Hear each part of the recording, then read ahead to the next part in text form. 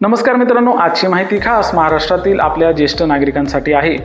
त्यामुळे तुमच्या घरात किंवा आजूबाजूला असे आई वडील असतील, आजी आजोबा असतील ज्यांची वय 60 वर्षापेक्षा जास्त आहे, तर अशा आजी आजोबांपर्यंत किंवा ज्येष्ठ नागरिकांपर्यंत आपला हा व्हिडिओ नक्की पोहोचवा आणि व्हिडिओ आवडल्यास व्हिडिओला लाईक देखील नक्की करा। पहा, आपल्या आजूबाजूला अनेकदा अशा घटना घडतात, काही ज्येष्ठ नागरिकांना स्वतःच्या मुलांकडूनच त्रास सहन करावा लागत असतो। तर कुणाला भरणपोषण मिळत नाही, कुणाला घराबाहेर काढले जाते, तर काही जण मालमत्तेच्या वादात आज देखील अडकलेले आहेत। आणि मग न्याय मिळावा म्हणून आपले ज्येष्ठ नागरिक हे सतत सरकारी कार्यालयाच्या फेऱ्या मारत असतात, परंतु एवढे करून देखील त्यांच्या न्यायाचा निपटारा होत नाही, त्यांच्या तक्रारींचा निपटारा होत नाही। त्यामुळे पुन्हा पुन्हा कार्यालयाच्या फेऱ्या माराव्या लागतात। वय झालेलं असतं, तब्येत साथ देत नसते, तरीही आशा सोडत नाहीत। बहुतेक वेळा त्यांचा एकच प्रश्न आपल्यासमोर असतो, तो म्हणजे आमच्या तक्रारींवर निर्णय कधी होईल। यासाठीच आपल्या महाराष्ट्र शासनाने महत्त्वाचा निर्णय घेतला आहे। आपले जे काही ज्येष्ठ नागरिक आहेत त्यांच्या तक्रारींचे वेळेवर निराकरण व्हावे यासाठी किंवा त्यांचे प्रश्न लवकर मार्गी लागावेत यासाठी महसूल प्रशासनाला महत्त्वाच्या काही सूचना देखील देण्यात आल्या आहेत। तर आता आपण या निर्णयाबद्दल सोप्या भाषेमध्ये संपूर्ण माहिती समजून घेऊया। मित्रांनो, राज्य शासनाने वरिष्ठ अधिकाऱ्यांसोबत एक आढावा बैठक संपन्न झाली आहे। आता या बैठकीत महसूल आयुक्त, जिल्हाधिकारी आणि उपविभागीय अधिकारी यांना स्पष्ट सूचना शासनाकडून देण्यात आल्या आहेत की पालक जे असतील किंवा आपले ज्येष्ठ नागरिक असतील, अशा ज्येष्ठ नागरिकांना कल्याण अधिनियम 2007 अंतर्गत दाखल होणाऱ्या प्रकरणांचा निपटारा शक्यतो 90 दिवसांच्या आत करण्याचा देखील प्रयत्न करावा, असे देखील आदेश देण्यात आले आहेत। पण मित्रांनो, याचा अर्थ असा होत नाही की प्रत्येक प्रकरण हे 90व्या दिवशी ही निकाली काढले जाईल, पण अशा प्रकरणांकडे प्राधान्याने लक्ष देखील दिले गेले पाहिजे। पहा, अनावश्यक विलंब होऊ नये यावर शासनाने भर दिला आहे। आता तुम्ही म्हणाल, नेमक्या कोणत्या तक्रारी करता येतात?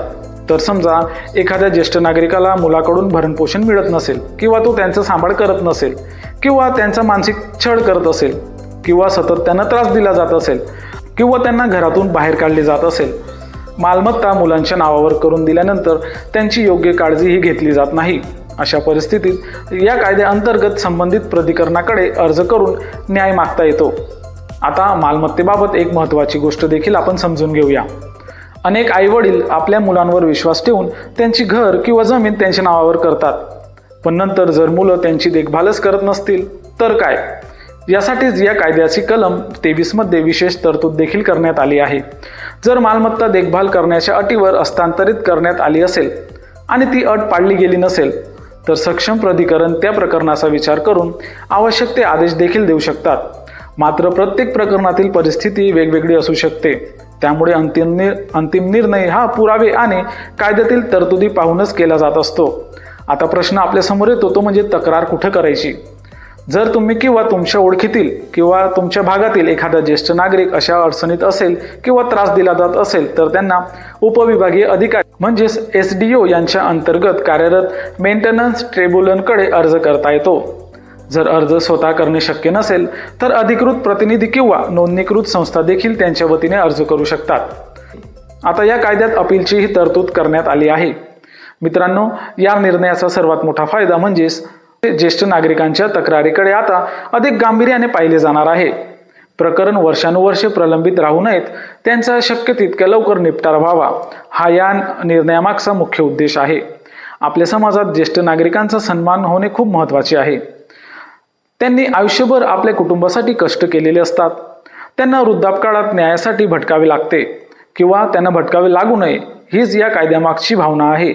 म्हणून तुमच्या घरात किंवा ओळखीमध्ये एखादा ज्येष्ठ नागरिक अशा अडचणींना सामोरे जात असेल किंवा अशा अडचण त्यांना सतत येत असतील, तर त्यांच्यापर्यंत ही माहिती नक्की पोहोचवा किंवा त्यांना ही माहिती नक्की समजावून सांगा। मित्रांनो, आजही आपल्या भागांमध्ये असे ज्येष्ठ नागरिक आपल्याला आढळून येतात। यांची मदत करणे हे आपले सामाजिक बांधिलकी असून आपले कर्तव्य देखील आहे। मित्रांनो, या निर्णयाबाबत तुमचं मत मला कमेंट्समध्ये नक्की सांगा।